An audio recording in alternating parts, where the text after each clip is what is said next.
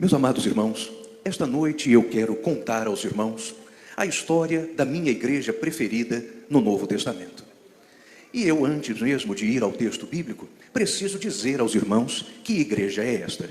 Talvez os meus irmãos pensem, ora, certamente esta igreja preferida do Novo Testamento para o pastor Gunnar é a igreja de Jerusalém. Ora, irmãos, a igreja de Jerusalém foi uma igreja de história espetacular. Uma igreja magnífica. A primeira igreja, a igreja do Pentecostes, a igreja da ressurreição, a igreja da primeira perseguição, a igreja dos mártires, a igreja da assunção de nosso Senhor. Não há como dizer que a igreja em Jerusalém não seja importante. Mas não é a igreja de Jerusalém a minha igreja preferida.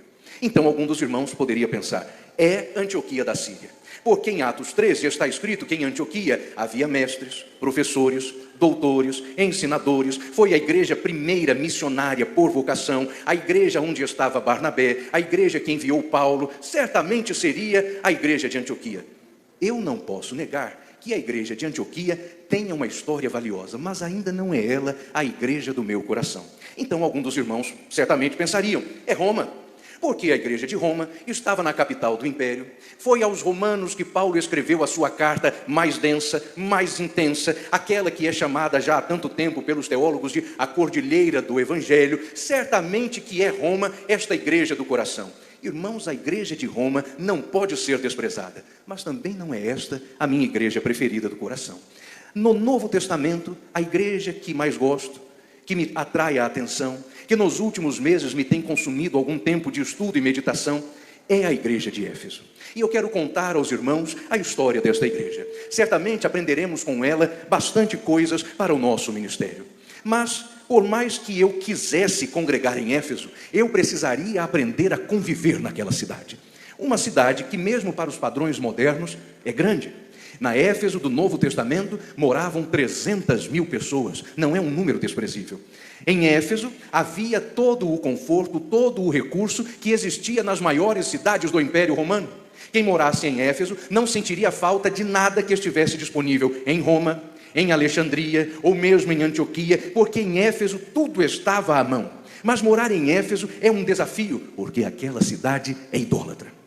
Quem andasse por Éfeso encontraria 50 templos idólatras, dedicado a 50 falsos deuses. Mas nenhum destes templos era tão soberbo, tão grandioso, como o templo erguido a Artemis, a grande Diana dos Efésios. Segundo os historiadores, era um templo que poderia ser 4 ou 5 vezes maior que o Partenon, que está em Atenas até hoje, embora apenas em ruínas. E aquele templo erguido a Diana era um templo belo, revestido de mármore, suntuoso. Ao seu redor proliferava um comércio por causa dos relicários, da simonia, dos objetos de culto. Havia em Éfeso algo que para nós pode soar um pouco estranho para aquela época, mas já existia em Éfeso a prática do turismo religioso. Quem poderia imaginar isso para 2000 anos atrás? Hoje que as pessoas tomem os aviões e vão passear em Israel, ou vão conhecer Meca e Medina, estas coisas não nos assustam. Há quem faça peregrinações cumprindo a trilha de São Tiago de Compostela, mas estamos no século 21, mas há 2000 anos já havia peregrinos indo a Éfeso apenas para conhecer o templo de Diana. Para congregar em Éfeso, eu precisaria aprender a viver naquela cidade, uma cidade tomada pelo feitiço, tomada pela magia, tomada pela feitiçaria, uma cidade envolvida com toda a sorte de pecados, toda a sorte de idolatrias, coisas que são abomináveis ao Senhor. Mas apesar disto, eu quereria congregar em Éfeso. Mas por que quereria eu estar ali? Irmãos, a história da igreja de Éfeso é uma história especial. E quero começar contando aos meus irmãos por aqueles que foram os seus primeiros pastores. Um pastorado diferente do que estamos acostumados. A história da igreja de Éfeso não começou em Atos 19, conforme nós imaginamos. A história de Éfeso começou em Atos capítulo 18. Quando o apóstolo Paulo estava voltando de Corinto, passando por Éfeso, esteve ali por um período antes de retornar para estar durante 3 anos. E ao passar ali pela primeira vez, deixou em Éfeso Áquila e Priscila. E no capítulo 18 do livro dos Atos dos Apóstolos, encontramos este casal exercendo o seu pastorado.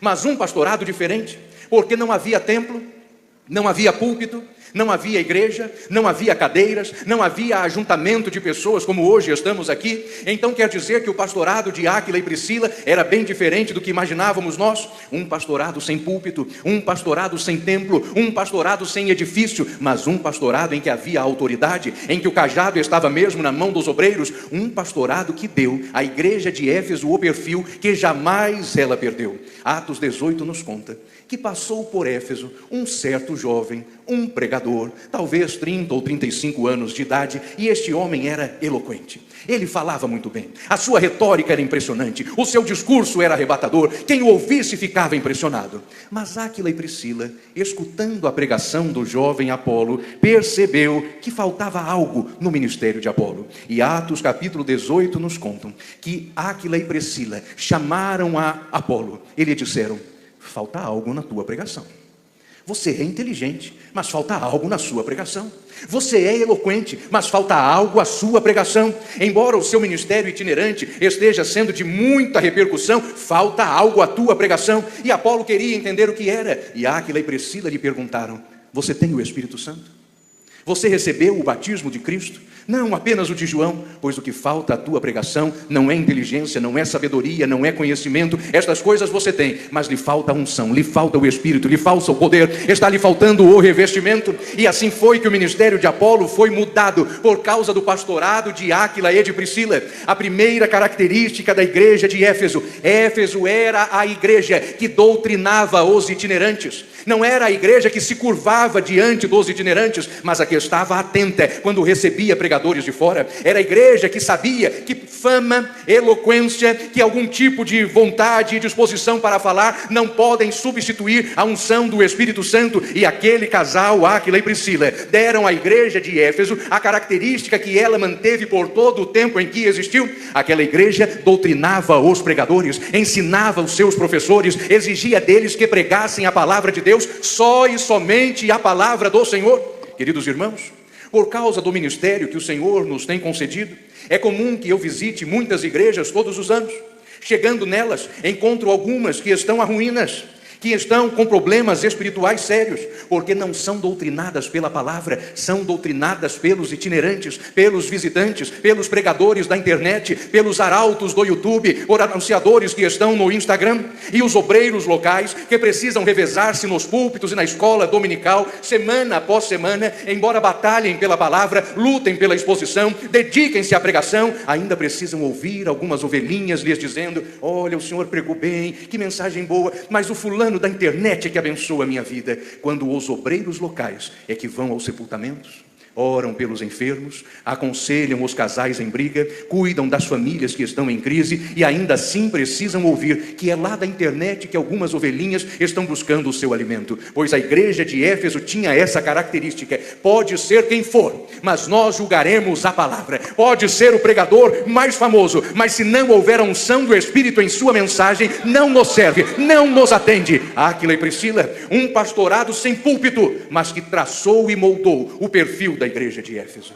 Irmãos, eu quereria congregar em Éfeso, porque depois que Áquila e Priscila pastorearam aquele lugar por algum tempo, voltou para ali o apóstolo Paulo. E isso nos leva ao capítulo 19 do livro dos Atos.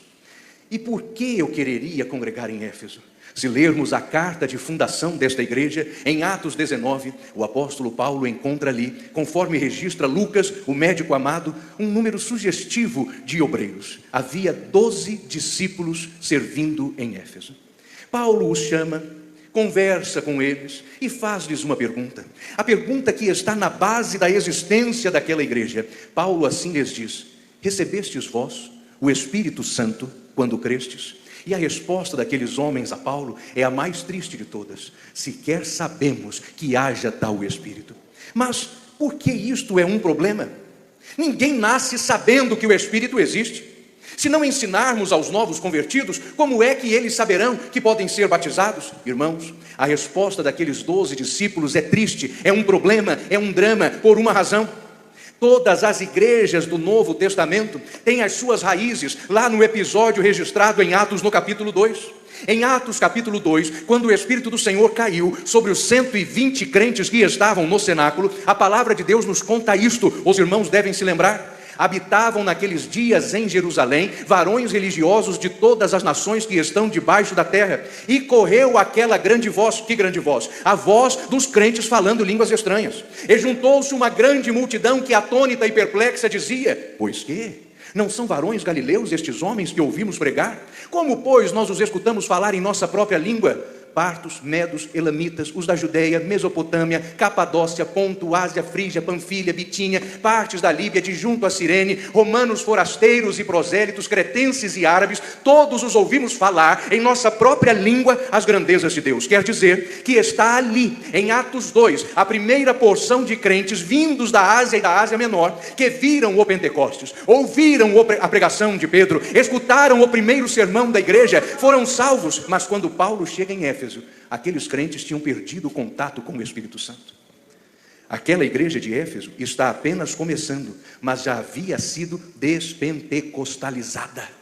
Desaprendera a falar línguas estranhas. Não sabia que o Espírito batizava. Não sabia que existiam os dons. Desconhecia o poder de Deus. Não era familiar e não era íntima da unção que está para expulsar os demônios, curar os enfermos, dar visões e mostrar ao povo o conhecimento do Senhor. Que resposta triste a que tinham eles para dar ao apóstolo Paulo, se quer ouvirmos dizer que haja tal Espírito. Mas aqueles 12 crentes presentes em Éfeso eram frutos do avivamento acontecido em Jerusalém. Não se espantem os meus irmãos, se dentro de 1 ou 2 gerações, tardando o Senhor Jesus a voltar, entre nós haja criancinhas, adolescentes e jovens que venham a dizer: nem sequer ouvimos falar do Espírito Santo. Irmãos, nós mesmos, os que hoje somos os obreiros, os líderes, os pastores, os ensinadores, é que estamos negando aos jovens, aos adolescentes e às crianças contato com o Espírito Santo do Senhor. Nós mesmos. Há igrejas que estão embarcando em certas práticas, adotando certos costumes, segregando as criancinhas em todos os cultos. Observai bem, não é para encerrar e dar fim e acabar com o culto infantil, mas todas as vezes tirar as crianças do templo. Deixemos-las entre nós. Deixe que elas nos vejam chorar, ou não choramos mais. Deixem que elas nos ouçam falar em línguas estranhas, ou não falamos mais. Deixe que elas se virem para suas mamães e perguntem: mãe, que lágrimas são estas? Que língua é esta? Que som é este? Para que nós as ensinemos desde pequeno que o Senhor Jesus Cristo batiza, que o Senhor Jesus Cristo salva, que o Senhor Jesus Cristo transforma, que o Senhor Jesus Cristo age. Algumas igrejas deram o próximo passo tão pernicioso neste movimento. Uns retiram as crianças sempre dos cultos, todas as vezes, não as deixam nunca participar. Outras igrejas já têm os templos teens, e agora os adolescentes é que vão sendo segregados. E a justificativa é sempre a mesma: ora, fazemos isto para que eles tenham um culto na linguagem deles. Pedagogicamente eu posso entender, espiritualmente me causa incômodo. Todas as vezes? Sempre. E quando é que os nossos filhinhos aprenderão a cultuar, não na linguagem deles, mas na linguagem de quem quer ser adorado, e quem quer ser adorado é Deus? Quando é que nós os ensinaremos o que significa adorar em espírito e em verdade? Porque, irmãos, o Senhor não quer ser adorado do nosso jeito, é do jeito dele. Então ensinemos às gerações que estão vindo como é que se adora ao Senhor, como é que se serve ao Senhor, como é que se faz culto ao nosso Deus. Ou nós veremos a próxima geração desconhecer o que é o Espírito Santo do Senhor, como aconteceu com os crentes de Éfeso. Mas ainda assim eu quereria congregar lá. E por quê? Porque quando o apóstolo Paulo ouve que aqueles crentes não conheciam o Espírito, primeiro ele lhes ensina, e depois coloca sobre as cabeças deles a mão, e orando por eles, eles foram revestidos do Espírito Santo, e logo começaram a profetizar. Eu quereria congregar em Éfeso, porque a gênese da igreja de Éfeso é um início pentecostal, é uma sementeira pentecostal, é uma igreja que, embora estivesse se esquecendo, logo foi lembrada, visitada, tocada e pelo Senhor Jesus Cristo foi consertada doutrinariamente. Esta igreja agora fala em línguas, esta igreja agora tem dons, esta igreja agora tem palavra, esta igreja agora tem ensino, agora ela tem unção, agora ela tem autoridade. E algo começou a acontecer, tanto na igreja de Éfeso, quanto na cidade de Éfeso. Eu quereria congregar em Éfeso, porque nos 3 anos em que Paulo ficou ali, a cidade mudou. A cidade foi transformada.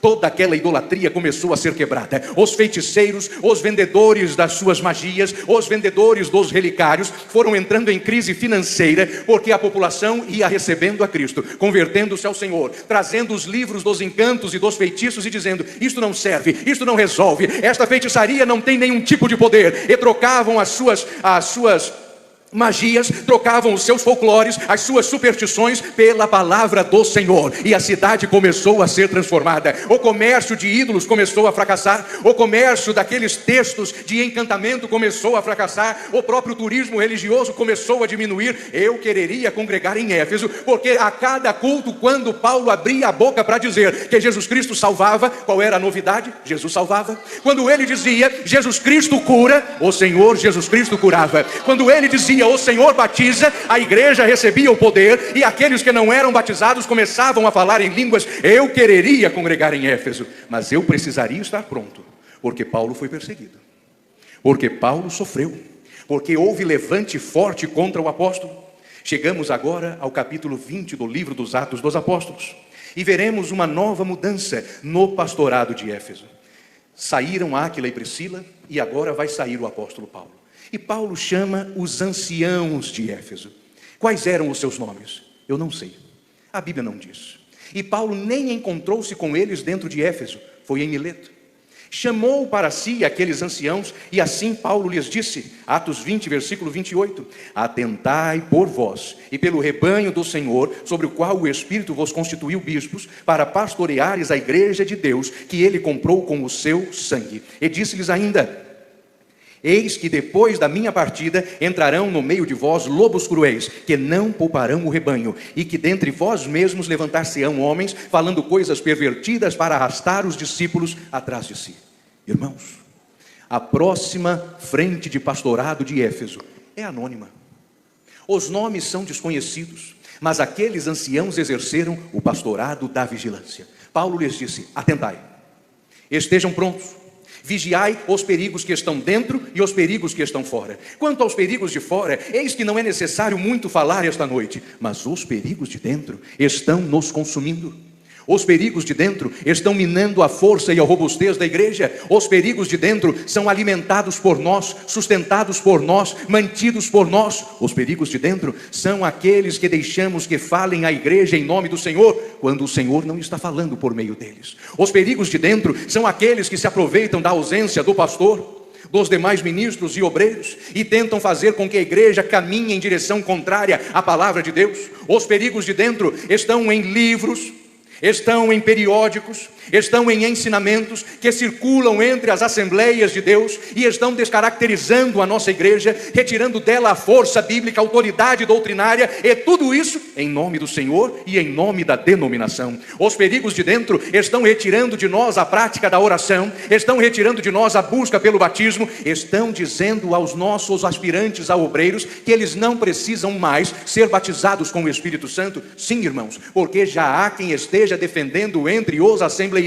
que o ministério, o presbitério, o atributo de evangelista ou de diácono seja exercido sem a obrigatoriedade do batismo com o Espírito Santo, o que é antibíblico, é contrário às Escrituras. E este discurso vem de dentro, vem de dentro. A adoção de versões da Bíblia, de traduções modernas das Escrituras, que estão descaracterizadas, nas quais faltam versículos inteiros, vem de dentro. Uma teologia liberal que questiona a autoridade suprema das Escrituras, vem de dentro. Teologia liberal nos seminários, teologia liberal nos livros, nas publicações, vem de dentro. Ensinadores que trazem ao púlpito uma teologia inventada por eles fabricada, fruto da sua exegese desviada e descompromissada com as Escrituras, vem de dentro. Falsas profecias, falsas manifestações do Espírito, falsas manifestações dos dons, vem de dentro. E o apóstolo Paulo está dizendo: vigiai. Vigiai, por quando os líderes estiverem ausentes, estes falsos ensinadores, falsos profetas, falsos professores haverão de se levantar e desencaminhar o povo.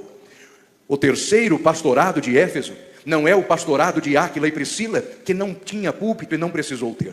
Não é o pastorado de Paulo, cheio da autoridade dos milagres. É o pastorado dos anciãos, atentos, vigilantes, constantes, não dormiam, não estavam em nenhum momento amortecidos em seu coração e em seu ministério, porque estavam prontos para defender a igreja do Senhor. Mas o período destes anciãos também passou. E eu quereria congregar em Éfeso, porque depois do pastorado dos anciãos, veio um pastorado muito especial.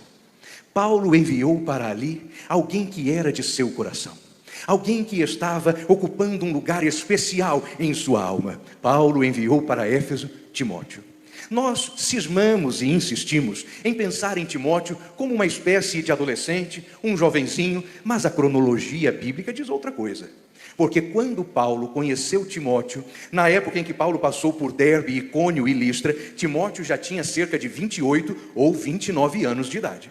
Acontece que Paulo fala a Timóteo de maneira paternal, de maneira amorosa, e está sempre a lembrar a Timóteo da sua avó e de sua mãe, sempre a falar-lhe da fé não fingida que Timóteo aprendera de Lloyd e de Eunice, e por isso construímos na nossa cabeça uma imagem de um Timóteo adolescente e juvenil. Porém, quando Paulo enviou Timóteo para Éfeso, Timóteo já passava dos 40 anos de idade.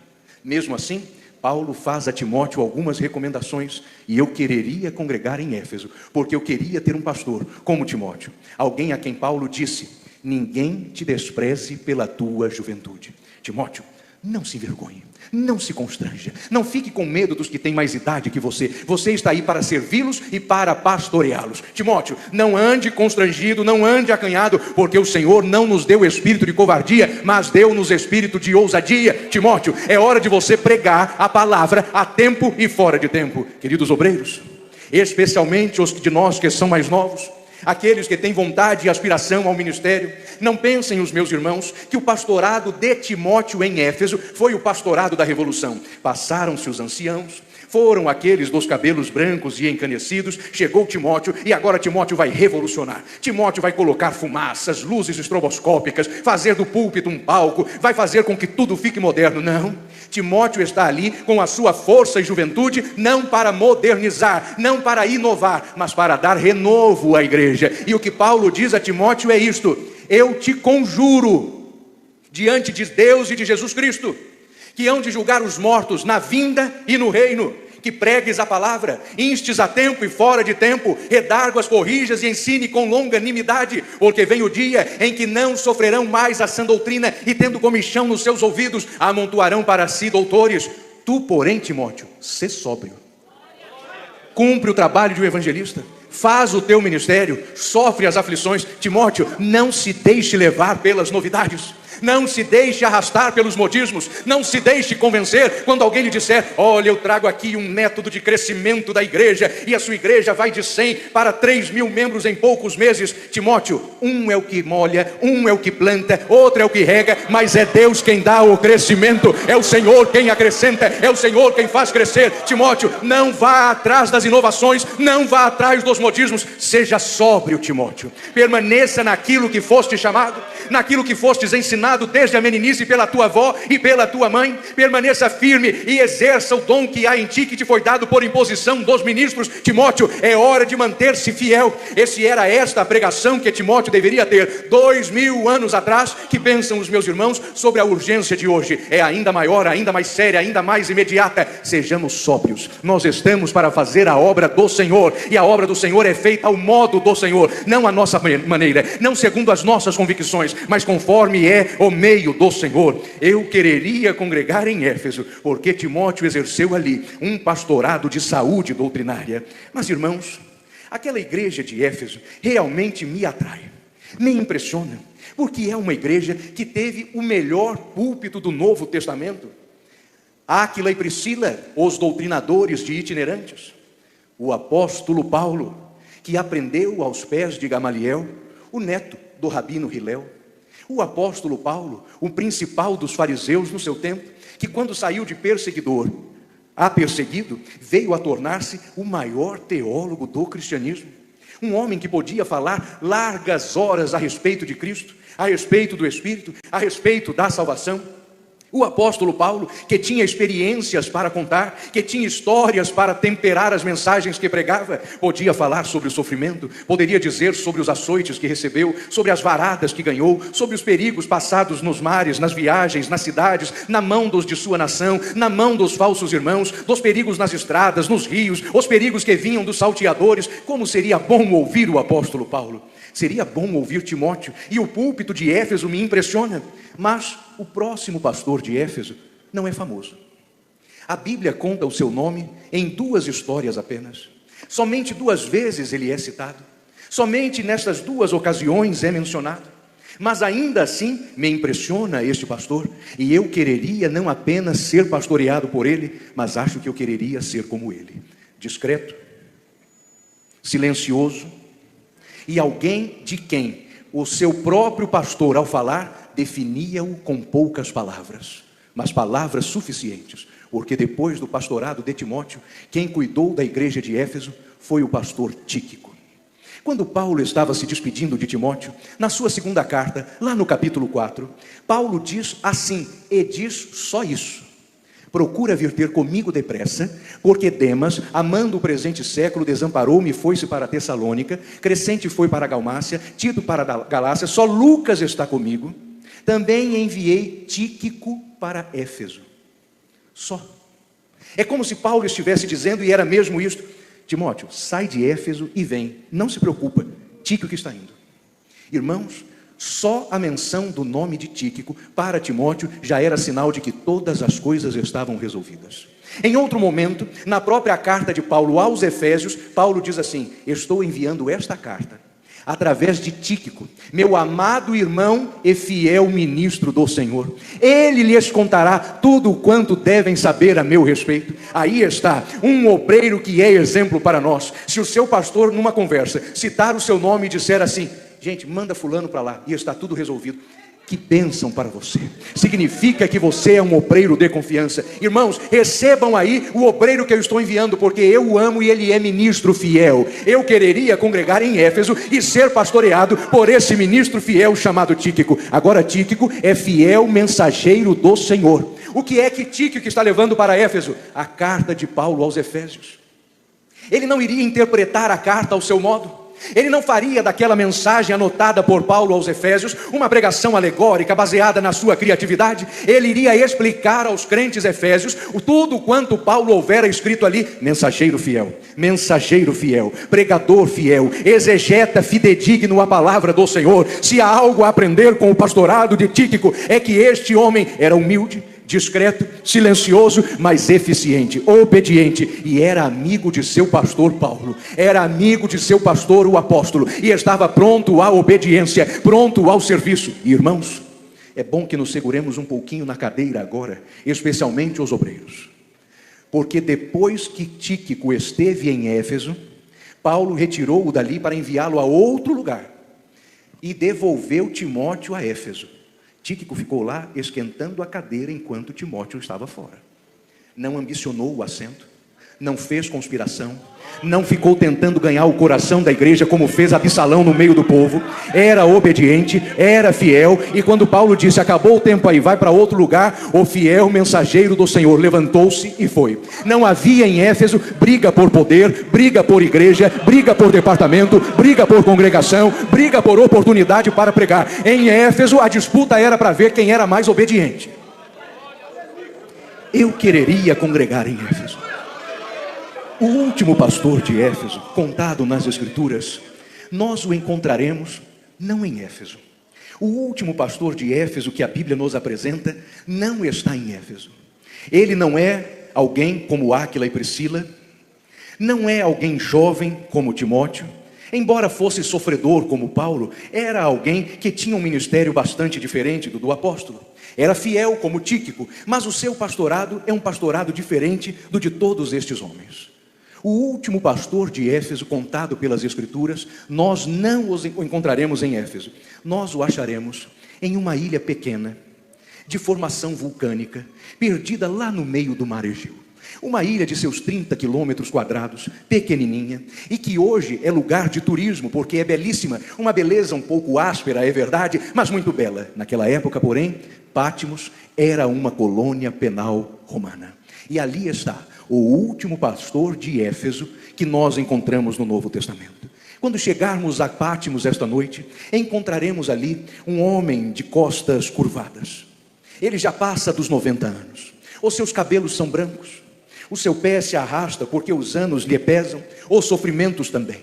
Mas este homem, este velho, este idoso bispo de Éfeso, não parece, mas é aquele moço novo, jovem, que 65 anos antes colocou a sua cabeça no peito do mestre, na noite da instituição da ceia, e disse ao seu querido e amado Senhor: Senhor, qual de nós haverá de te trair? Este pastor de Éfeso que está preso em Pátimos não parece, mas é o moço que ao pé da cruz ouviu Jesus dizendo-lhe assim: filho, eis aí a tua mãe. Não parece, mas esse pastor de Éfeso é aquele que vivia às turras com o apóstolo Pedro. E numa certa ocasião, quando ele e Pedro disputavam pela preferência do Senhor Jesus, o Senhor Jesus voltou-se a Pedro e disse-lhe assim: Pedro, vem o dia em que te vão cingir pelos lombos e te conduzir para onde tu não queres ir. E disse-lhe isso Jesus, referindo-se ao modo de morte com que haveria de morrer. E os irmãos se lembram que bom amigo era Pedro, que quando ouviu que iria ser martirizado, ao invés de preocupar-se com a sua morte, aponta o dedo para João e diz o quê? E quanto a este, Senhor, o que será dele? Mas o Senhor Jesus diz: quanto a este, se eu quiser que ele viva até que eu venha, que tens tu com isto? E até formou-se entre os crentes um folclore, que João ia viver até o dia do arrebatamento. Mas irmãos, não viveu, mas viu. Não viveu, mas contemplou. Não viveu, mas enxergou o céu por dentro. Não viveu, mas viu os céus abertos. Ele está em Pátimos. O último pastor de Éfeso está lá. Como é que esse velho foi parar em Pátimos, se ele estava em Éfeso? Porque aos 92, 93 anos de idade, de idade de João, estava reinando em Roma um homem terrível, imoral, horroroso, alguém a quem a história chama de o segundo Nero. No primeiro século da era cristã, os judeus e os cristãos não tiveram sossego. A perseguição era terrível, era algo violento, começando por Tibério, César Augusto e Cláudio. Eles perseguiam os judeus. No ano 54 começou a reinar em Roma Nero, e ele reinou até o ano 64. Era alguém que odiava os judeus e os cristãos, e a história nos conta que foi ele quem ateou fogo em Roma e jogou a culpa nos crentes. A perseguição levantada por Nero foi terrível. No ano em que Nero morreu, o ano 64, este ano ficou conhecido como o ano dos 4 imperadores, porque reinaram em Roma naquele ano, além de Nero, Galba, Otão e Vitélio. E os 3 perseguiram aos cristãos, embora tivessem reinado por poucos meses apenas. Com a morte de Vitélio, assumiu o trono a chamada dinastia Flaviana, Vespasiano, Tito, que foi quem derrubou o templo em Jerusalém, e o filho de Tito, chamado Domiciano. E agora é Domiciano quem está reinando, e é ele quem manda prender João. Porque todos os imperadores antes colocaram a seguinte medida: vamos matar os crentes. Mas a igreja não parou. Quanto mais se matava aos crentes, mais a igreja crescia. Ela saiu de Jerusalém, se expandiu para a Judeia, tomou toda a região da Mesopotâmia, foi para o norte daquele território, dali já estava na Ásia Menor, estendeu-se para o norte e o nordeste da África, e quanto mais os crentes eram mortos, mais crentes apareciam. E então Domiciano pensou: se os cristãos não têm medo da morte, eu vou fazer é que eles tenham medo de viver. Vou tornar a vida dos cristãos pior do que a morte. E ele toma João, o último dos apóstolos ainda vivo, e o joga lá em Pátimos. E pensa: agora os cristãos desanimam, agora os cristãos se enfraquecem, agora a igreja termina. Pobre Domiciano, não sabe ele uma coisa: a igreja ama os seus pastores, mas ela serve a Cristo. Ela cuida de seus ministros, mas ela pertence ao Senhor Jesus. E o Senhor Jesus, a este ninguém pode prender, a este ninguém pode matar, a este ninguém pode vencer. João poderia até morrer em Pátimos, não morreu, mas poderia ter morrido em Pátimos, e a igreja do Senhor continuaria, assim como continuou quando morreram Pedro, Mateus, quando morreram Tomé, quando morreu cada um dos evangelistas, quando morreu Matias, o último dos apóstolos, quando Estevão, o primeiro mártir, morreu. A igreja continuou, porque quem mantém a igreja é o Senhor Jesus Cristo. E este Cristo ao qual servimos não é um que era vivo e morreu, mas um que esteve morto e reviveu, e continua vivo e assentado à destra de Deus o Pai. E lá está João em Pátimos. João está detido ali, está em Pátimos preso. E Domiciano pensa: ora, Ele está lá e é o fim de João e é o fim da igreja. Irmãos, enquanto os crentes de Éfeso pensavam, coitadinho do nosso bispo João, saiu daqui atado. Se não morrer no navio, morre quando desembarcar em Pátimos. Em Pátimos, João desembarca. E em Pátimos, no dia do Senhor, era um domingo, ele escuta uma voz. Esta voz era familiar, mas ainda que um pouco diferente. Não era uma voz estranha, mas não era exatamente a mesma voz que ele ouvira pela última vez 60 anos atrás. A voz agora não era só como a de um homem, era uma voz como a de muitas águas. Era uma voz forte, uma voz que rugia desde o céu e chegava à terra. E esta voz disse: sobe para cá, João. E João volta-se para ver quem falava consigo. Talvez ele pensasse: eu verei Jesus como ele estava no capítulo 1 de Atos, subindo aos céus. Eu verei Jesus como ele mostrou-se ressuscitado no meio dos apóstolos. Mas quando olha para ver, não era o Cristo da ascensão, não era o Cristo da ressurreição, não era nem o Cristo da transfiguração. Já era o Cristo glorificado, que tinha os seus cabelos brancos como a lã, tinha os seus olhos penetrantes como chamas de fogo, tinha os seus pés reluzentes como latão purificado nas chamas, e esse Cristo tinha em sua coxa escrito: Rei dos reis e Senhor dos senhores. Este era aquele que chamava. Quando João olha, quando João vê, este Cristo diz-lhe assim: João, escreve, tenho 7 cartas a enviar a 7 pastores, e você é o primeiro deles. Se eu sou João nessa hora, ia sentir o meu coração queimar. Porque nós costumamos dizer as cartas às igrejas da Ásia. Não são as igrejas, são aos anjos, são aos pastores da igreja. João toma pena, João toma papel, separa ele o papiro, está pronto para escrever, quando Jesus lhe diz: ao anjo da igreja que está em Éfeso, escreve. Isto diz aquele que tem na sua mão direita as 7 estrelas e caminha no meio dos 7 castiçais de ouro. Eu conheço as tuas obras, conheço o teu sofrimento, a tua paciência e o teu trabalho, e sei que tu não pode resistir aos que são falsos, e puseste à prova os que se dizem apóstolos e não são, e tu os descobriste mentirosos, e sofrestes e tivestes paciência e trabalhastes pelo meu nome, e tu não te cansastes. Tenho, porém, contra ti, que tu deixaste o teu primeiro amor. Lembra-te, pois, de onde foi que caíste, e volta tu e arrepende-te, volta às tuas primeiras obras. Quando não, eu virei contra ti, e eu removerei de ti o teu castiçal. Tens, porém, isto, que tu odeias as obras dos nicolaítas, as quais eu também aborreço. Quem tem ouvidos, ouça o que o Espírito diz às igrejas: ao que vencer, eu lhe darei de comer da árvore da vida que está no meio do paraíso do meu Deus. A igreja de Éfeso teve o melhor púlpito do Novo Testamento, e eu quereria congregar lá, mas a igreja de Éfeso perdeu o seu primeiro amor. Irmãos, talvez todos congreguemos lá e já não saibamos disto. Porque perder o primeiro amor não é como nós às vezes insistimos em dizer: este primeiro amor é como aquele encantamento que surge entre o namorado e a namorada, e é algo que mexe tanto conosco, que só de mencionar este exemplo agora, eu sei que eu farei com que os irmãos que estão aqui e são casados, lembrem-se do tempo em que estavam enamorados da moça que hoje é a sua esposa. E também as minhas irmãs que são casadas, certamente se lembrarão do momento em que conheceram e encontraram o moço que veio a ser o seu marido. E quando isto acontece, o rapaz, para impressionar a moça, não se volta para ela caprichando bem no tom de voz? Não a quer impressionar? Quantos não são os rapazinhos que ao final do culto chegam perto das moças de que estão enamorados e, calibrando a voz, dizem a elas um sonoro: a paz do Senhor?